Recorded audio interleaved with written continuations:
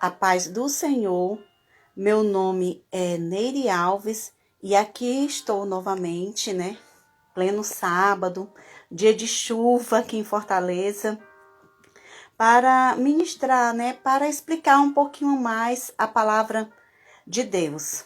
Eu não sei, mas o Senhor vai me ensinando e aqui eu peguei para me ajudar aqui a Bíblia de estudo pentecostal, que traz muitas explicações, e vou ler aqui para vocês. Também apresentando para vocês essa Bíblia aqui. Essa Bíblia não é minha, é do meu filho, Wesley, De vez em quando eu pego, tem muitas anotações bem interessantes. Ele ganhou da minha filha, Neiriane, quando ela participou do Crente Bom de Bíblia. Essa Bíblia aqui também é a Bíblia de aplicação pessoal. Eu gosto muito dessas Bíblias que elas trazem um estudo no rodapé. Aqui, esse livrinho é Gotas de Sabedoria para a Alma. De vez em quando eu pego esse livrinho e leio os devocionais e lanço no Zap. Também quero dizer para vocês que hoje vai ser o capítulo 5, porque eu acabei pulando por 6, aí faltou o 5. Aí eu tenho 2 Instagram.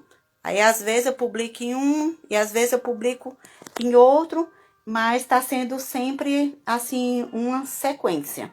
Então vamos hoje para o capítulo 5 de Mateus, que é o discurso de Jesus falando sobre o Sermão da Montanha.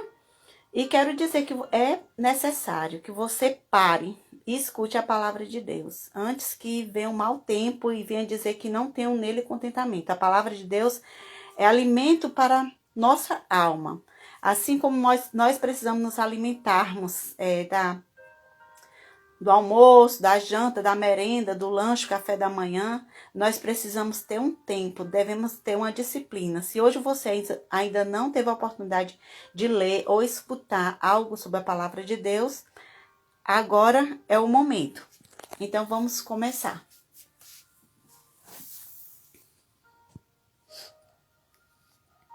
O Sermão da Montanha e as Beatitudes, capítulo 5. Jesus, vendo a multidão, subiu ao monte e, assentando-se, aproximaram-se dele os seus discípulos e, abrindo a boca, os ensinava, dizendo: Bem-aventurados os pobres de espírito, porque deles é o reino dos céus. Então, aqui o Sermão da Montanha, temos o que é comumente chamado de o Sermão da Montanha, ou então o Sermão do Monte. Contém a revelação dos princípios divinos, da justiça, segundo os quais todos os cristãos devem viver pela fé no Filho de Deus e mediante o poder do Espírito que neles habitam. Todos nós que pertencemos ao reino de Deus devemos ter uma intensa fome e sede da justiça, de que trata este sermão de Cristo. Bem-aventurados os pobres de espírito. A palavra bem-aventurados refere-se ao estado abençoado daqueles que, por seu relacionamento com Cristo e a sua palavra, receberam de Deus o amor, o cuidado, a salvação e sua presença diária. Há certas condições necessárias para recebermos as bênçãos do reino de Deus.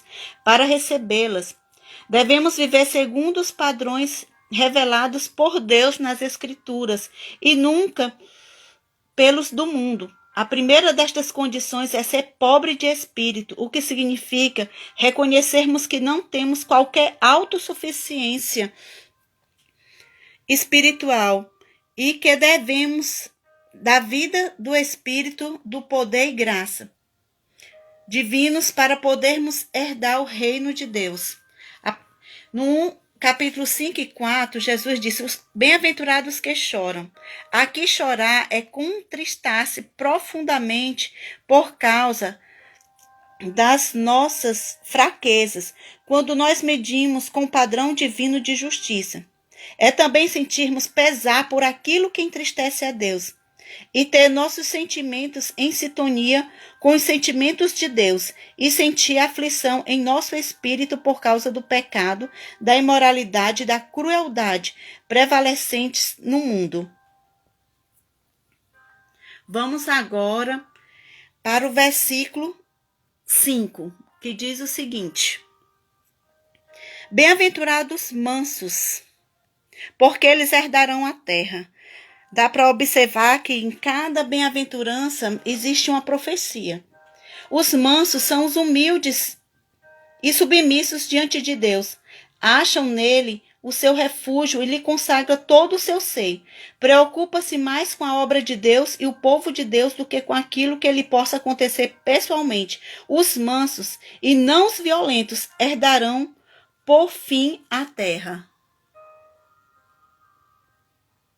Agora nós vamos para o versículo 6, que fala: Bem-aventurados que têm fome e sede de justiça, porque eles serão fartos.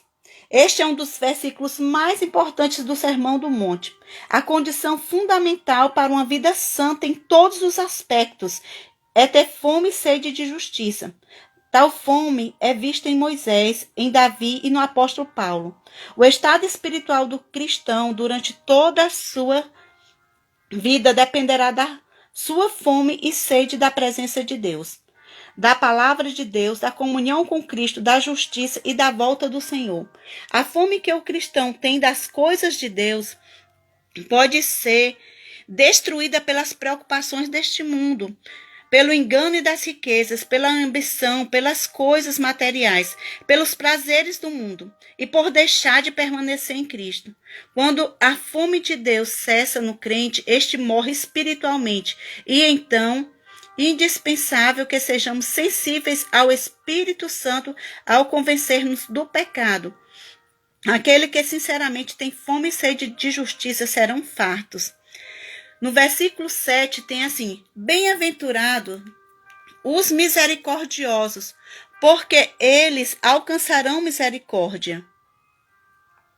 Então, meus amores, aqui nesse versículo 7, a explicação seguinte é: os misericordiosos estão cheios de compaixão e dó para com os que sofrem por causa do pecado e de aflições. Os misericordiosos desejam minorar os sofrimentos, conduzindo os sofredores à graça de Deus por meio de Jesus Cristo. Sendo misericordiosos para com os outros, eles alcançarão misericórdia. Glória a Deus. Vamos continuar aqui se alimentando da palavra do Senhor. É uma grande oportunidade. As pessoas hoje em dia não param muito, vai para o Zap, vai para o Face, vai para o Instagram e muitas vezes não tem tempo de ler ler a palavra de Deus. E a palavra de Deus é que nos fortalece, que nos dá ânimo, que nos dá fé, nos dá esperança e nos dá vida em abundância e vida com alegria e vida com prazer. E nós devemos a cada minuto, como o dia de hoje aqui em Fortaleza mesmo, com essa chuva que deu, aproveitar, glorificar e adorar a Deus na beleza da sua santidade. E agora nós vamos aqui para o versículo 8.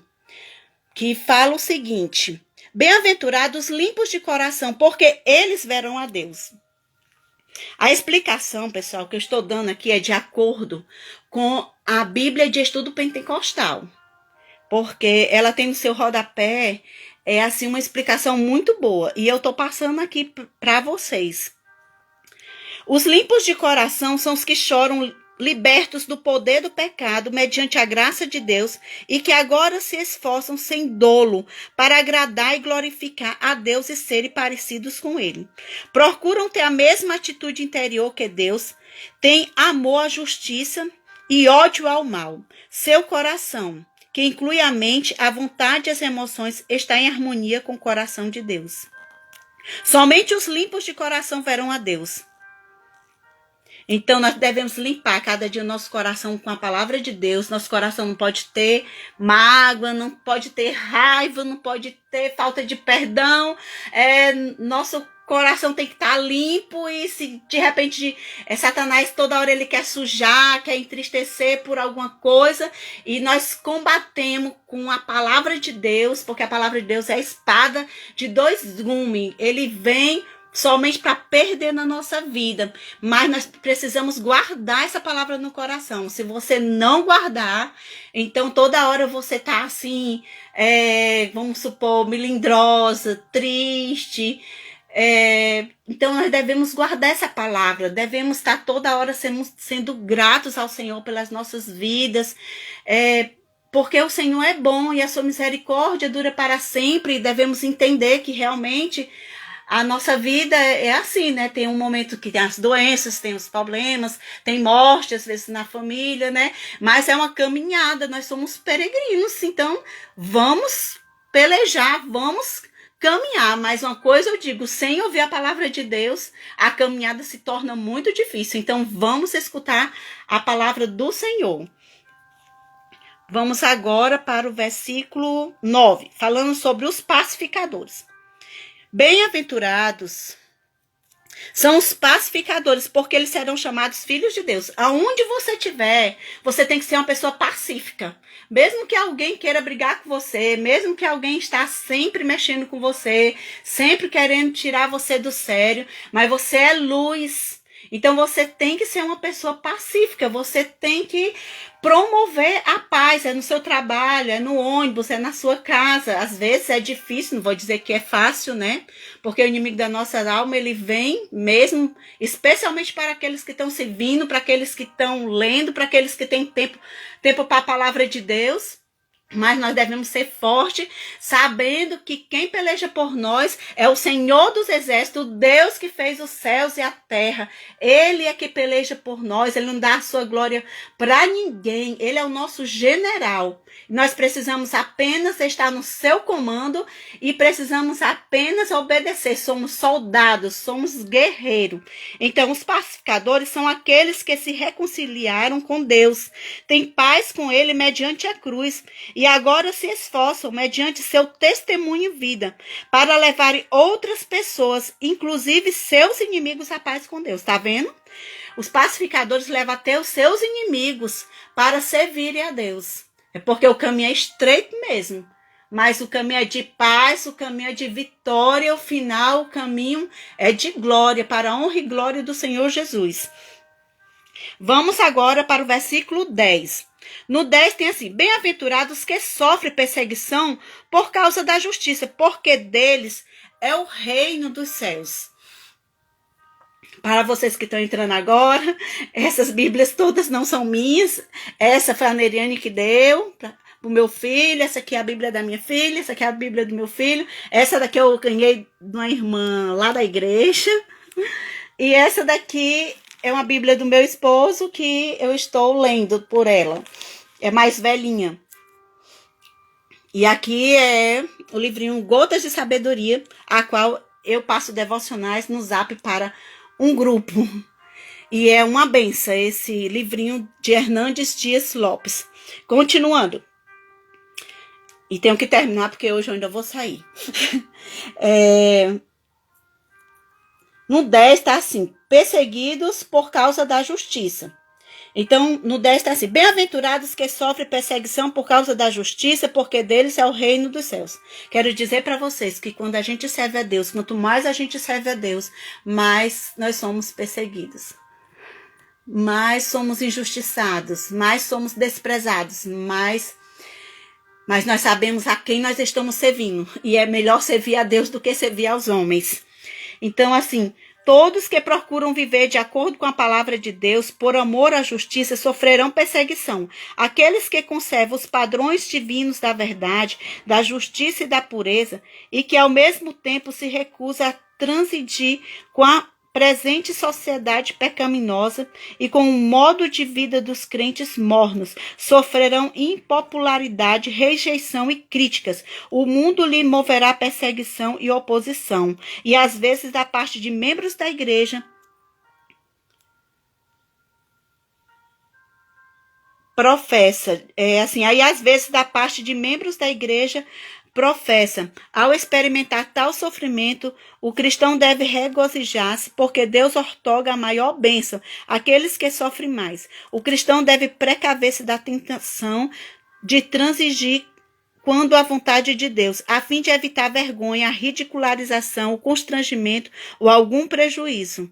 Os princípios do reino de Deus nunca mudam. Todos que piamente querem viver em Cristo Jesus padecerão perseguições. A promessa aos que enfrentam e suportam perseguições por causa da justiça é que dos tais é o reino de Deus. Então, meus amores, nós vamos agora para uma parte muito importante do Sermão da Montanha, que fala sobre os discípulos são sal da terra e luz do mundo. Vós sois o sal da terra, e se o sal for insípido, com que se há de salgar? Para nada mais resta, senão para se lançar fora e ser pisado pelos homens. Vós sois a luz do mundo. Não se pode esconder uma cidade edificada sobre um monte, nem se acende a candeia e se coloca debaixo do alqueire, mas no velador, e dá a luz a todos que estão na casa. Assim resplandeça a vossa luz diante dos homens, para que veja as vossas boas obras e glorifique o vosso Pai que estás nos céus. Então, meus amores, vocês que estão aí do outro lado, eu quero dizer que nós que somos a luz do mundo, temos que ser luz mesmo, temos que ser farol, temos que clarear. Luz incomoda mesmo. Nós, muitas vezes, nós não vamos ser chamados para determinados lugares. É desse jeito, porque a luz incomoda. Então, onde tem a luz, se nós somos luz, somos sal da terra, onde nós estamos, nós salgamos com a nossa presença. Não, a Bíblia diz que não se pode esconder a luz, que realmente não dá para esconder a luz. Por mais que se você é crente, você está dentro do ônibus, as pessoas sabem, ali é uma luz. Se você está no trabalho, as pessoas, você é diferente. Se você está em algum lugar, alguém vai parar, ora por mim, porque você é luz. E se de repente a tua luz não está brilhando, e se ninguém está percebendo que tu é luz, vamos ler mais a palavra de Deus, vamos ouvir testemunho, vamos orar mais e vamos querer ser luz e sal da terra. Se esse mundo, se não tivesse o sal que somos nós, eu acho já estava tudo podre.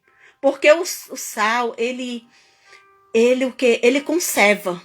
Então, esse mundo está conservado pela presença da igreja, porque nós somos luz do mundo e sal da terra.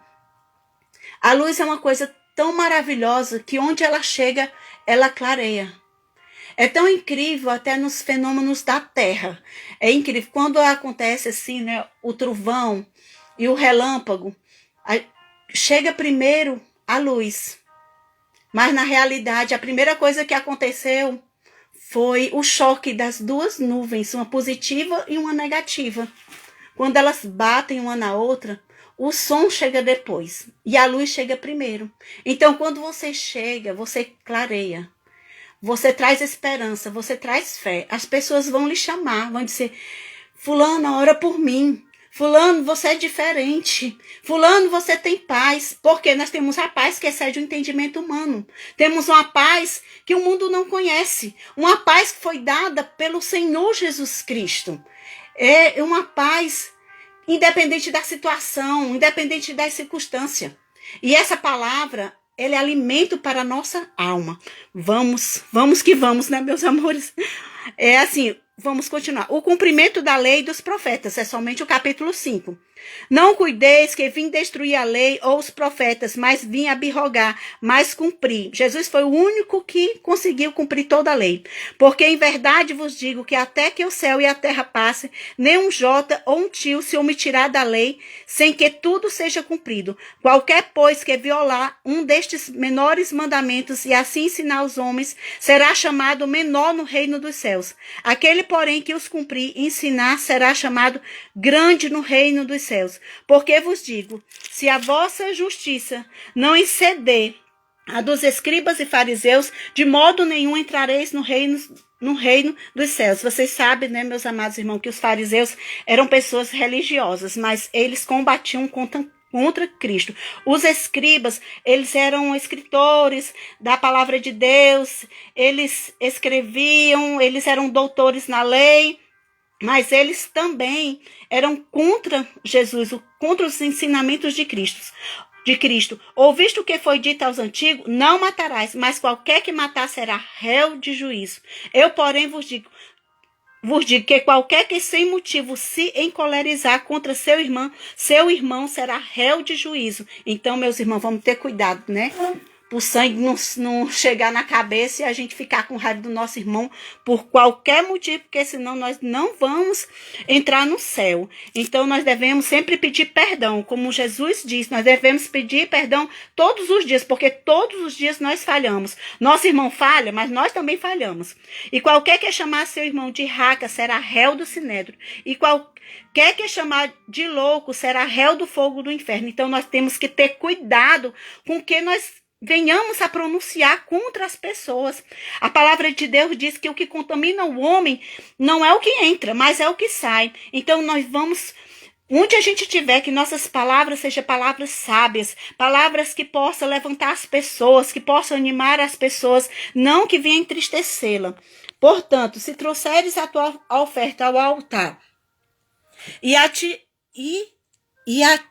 aí te lembrares de que teu irmão tem alguma coisa contra ti, deixa ali diante do altar a tua oferta e vai reconciliar-te primeiro com teu irmão e depois vem e apresenta a tua oferta. Então, se você tem alguma coisa contra o irmão, ou então você sabe que o irmão tem alguma coisa contra você, vai até o irmão, pede perdão e vai dar a tua oferta, porque senão a tua oferta não vai ser recebida. Concilia-te depressa com teu adversário enquanto estás no caminho com ele, para que não aconteça que o adversário te entregue ao juiz e o juiz te entregue ao oficial e te encerre na prisão. Então a palavra de Deus diz que nós devemos conciliar até mesmo com os nossos inimigos, antes que ele viaje, né? Antes que ele vá para outro lugar. Porque se a gente amar só as pessoas que nos amam, a gente tá fazendo nada demais. Desse jeito é muito fácil, né? Servir a Cristo. Em verdade te digo que de maneira nenhuma sairás dali enquanto não pagares o último ceitil. Ouviste o que foi dito aos antigos? Não cometerás adultério. Eu, porém, vos digo, qualquer que atentar numa mulher para cobiçar, já em seu coração cometeu adultério. Sabe, meus amores, vocês que estão aí do outro lado, tem uma coisa que eu fico assim, eu acho incrível. No Velho Testamento era dente por dente, olho por olho, né? Já nós vivemos no tempo da graça, nós vivemos a plenitude dos tempos, porque Jesus Cristo, ele já veio, né? Então aqui Jesus fala o seguinte: se um homem olhar para uma mulher e desejar, ele já se contaminou, ele já pecou. Então, às vezes, eu penso que a graça, assim, esse tempo da graça, o Novo Testamento, que já não é dente por dente nem olho por olho, eu acho, assim, às vezes, bem mais difícil, porque o homem não precisa nem se deitar. Se ele olhar, e pensar, imaginar, ele já pecou. Então, você que está do outro lado, tome cuidado. Ou homem ou mulher, você tem que ter cuidado com a sua mente, porque sua mente tem que ser uma mente de Cristo, porque nós estamos ligados em Cristo Jesus. Portanto, se o teu olho direito se escandalizar, arranca-o e atira-o para longe de ti, pois te é melhor que se pecar um dos teus membros do que todo o teu corpo seja lançado no inferno. E se a tua mão direita te escandalizar, corta e atire-a para longe de ti, porque te é melhor que um dos teus membros se perca do que todo o teu corpo seja lançado no inferno. Também foi dito: qualquer que deixar sua mulher, que lhe dê carta de desquite. Uma coisa assim interessante que eu lendo aqui com vocês, que vocês estão prestando atenção, né? Se a tua mão direita te escandalizar, corta. Se o teu olho direito te escandalizar, arranca-o. Então a palavra de Deus quer dizer o seguinte: se existe alguma coisa na tua vida que vai te impedir um dia de entrar no reino dos céus, que você tire isso logo da sua vida, enquanto há tempo, enquanto você tem vida. Porque a Bíblia diz que depois da morte segue-se o juízo. Também foi dito: qualquer que deixar sua mulher, que lhe dê carta de desquite. Eu, porém, vos digo que qualquer que repudiar sua mulher, a não ser por causa de prostituição, faz que ela cometa adultério. E qualquer que casar com a repudiada, comete adultério. Outro se, ouviste o que foi dito aos antigos? Não perjurarás, mas cumprirás teus juramentos ao Senhor. Eu, porém, vos digo que de maneira nenhuma jureis nem pelo céu, nem jureis nem pelo céu.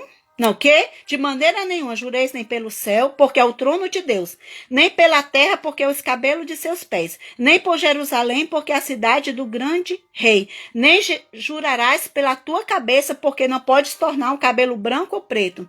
Seja, porém, o vosso falar sim, sim, não, não, porque o que passa disso é de procedência maligna. E por que a palavra de Deus quer falar com isso? A palavra de Deus quer falar com isso o seguinte, que nós não devemos jurar por nada. Eu lembro que quando eu era criança, tinha uma cultura lá na rua onde eu morava. As crianças, eu juro, as pessoas, eu juro que isso aconteceu. Parecia que as pessoas queriam confirmar, é como se elas só poderiam, é como se ninguém acreditasse que elas estavam falando a verdade, então elas tinham que jurar. Mas a Bíblia diz que nós não devemos jurar por nada, porque nós não somos dono de nada, nem pelo fio do nosso cabelo. Todas as coisas foi feito pelo grande poder da palavra de Deus, pelo Todo-Poderoso, pelo Criador. Então nós não devemos jurar por nada, porque nada é nosso. Nós devemos ser sim, sim, não, não. Nós devemos dizer sempre a verdade. O nosso Jesus não era assim? Conhecereis a verdade vos libertará. Então Jesus diz, em verdade vos digo. Nosso Jesus, ele era muito verdadeiro. Nós somos seus filhos. Então nós devemos sermos pessoas verdadeiras. Devemos dizer sim, sim ou não, não. Se você passar disso, a palavra de Deus diz que é de procedência maligna.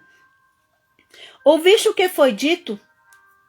Olho por olho e dente por dente. Eu, porém, vos digo que não resistais ao mal. Mas se qualquer te bater na face direita, oferece também a outro. Eita, como Jesus tem que trabalhar aí na nossa vida. Já pensou? Alguém dá um tapa na nossa cara e a gente ter que dar o outro lado? E ao quiser pleitear contigo e tirar-te a vestimenta, larga-lhe também a capa. E se qualquer te obrigar a caminhar 1 milha, vai com eles 2. Dá quem te pedir e não te desvie daquele que quiser que lhe empreste. Ouviste o que foi dito? Amarás o próximo e aborrecerás o teu inimigo? Então a Bíblia quer dizer assim, se alguém pedir para caminhar, caminha. Se alguém te pedir alguma coisa emprestada, então você empresta. É assim, você não se apega com nada dessa vida. Alguém pediu a capa? Dê. Alguém pediu alguma coisa emprestada a você? Empreste. Confie. Nosso Deus é um Deus criador dos céus e da terra, e ele tem poder de restituir. Não podemos nos prender a nada. Um dia nós vamos passar, tudo que nós temos vai ficar. Só a única coisa que permanece para sempre é a palavra de Deus. Então, meu amigo, minha irmã, meu irmão que está do outro lado, confie no que essa palavra está escrita. E se dá quem te pedir, assim, ouviste o que foi dito? Amarás o próximo e aborrecerás o teu inimigo?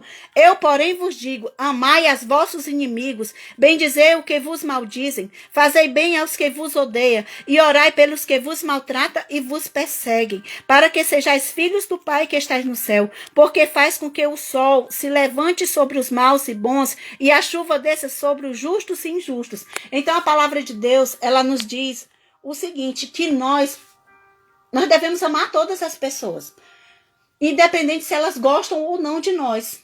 A maior prova de amor que nós amamos alguém é quando nós ajoelhamos e nós oramos pelaquela pessoa. Isso é uma prova de amor. Nós entramos no nosso quarto, fechamos a porta em secreto. O nosso Deus, ele nos ouve.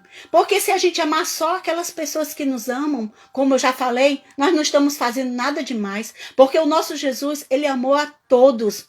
Ele amou a todos. Quando ele estava ali na cruz, ele morreu por todos.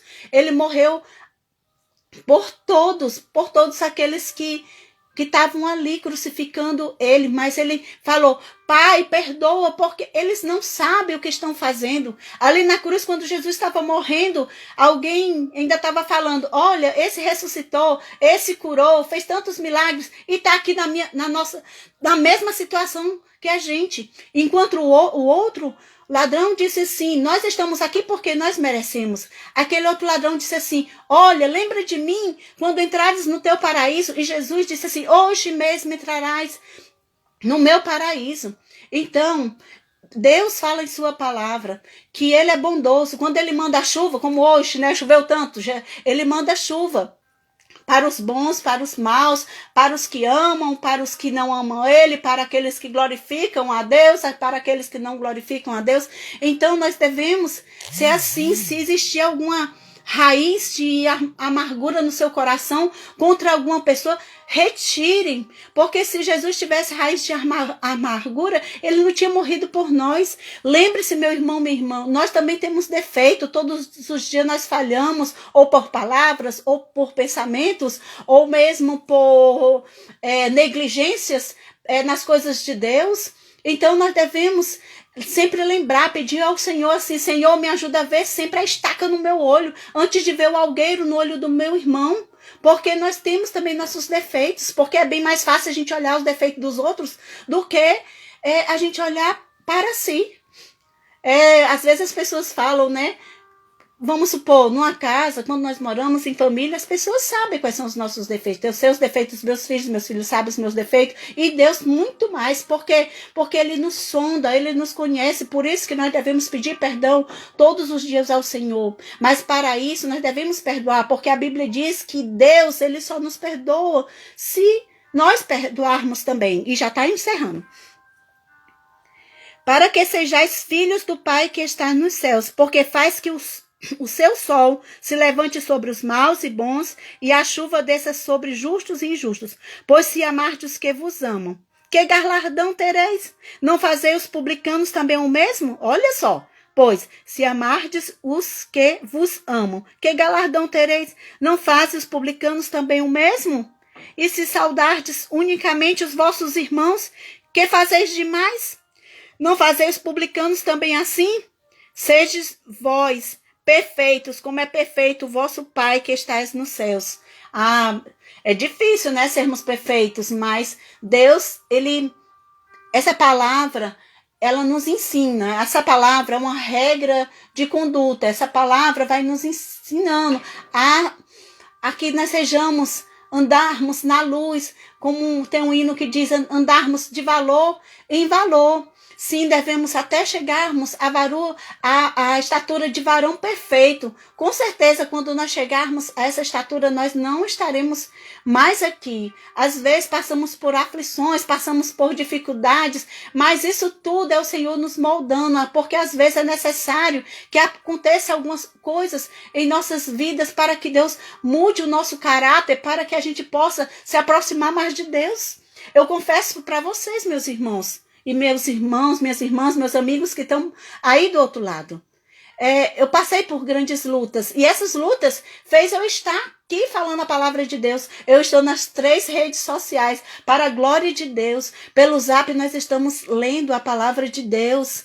E as publicações que eu estou fazendo para a glória de Deus está sendo lançado em outros lugares. E as pessoas estão levando avante. Isso é tudo para a glória de Deus, porque eu não tenho nada. Tudo que eu falei aqui não é nada meu. Tudo que eu falei aqui foi apenas uma transmissão, sou apenas um instrumento. É o Senhor que me capacita, é o Senhor que me encoraja, é o Senhor que me dá ânimo. E você que está do outro lado, eu garanto a você, você está sendo abençoado, você está sendo alcançado, porque você parou para ouvir a palavra de Deus.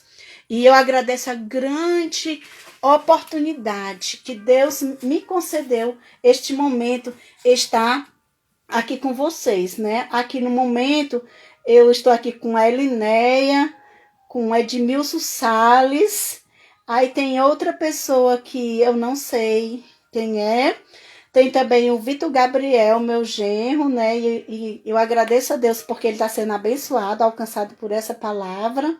E você, Eliné, você é uma bênção na minha vida.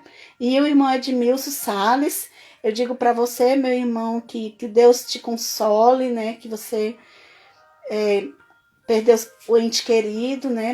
Eu acredito, se eu não me engano, eu acho que é sua mamãe. E que Deus te abençoe grandemente a todos vocês, meus amados. Amém.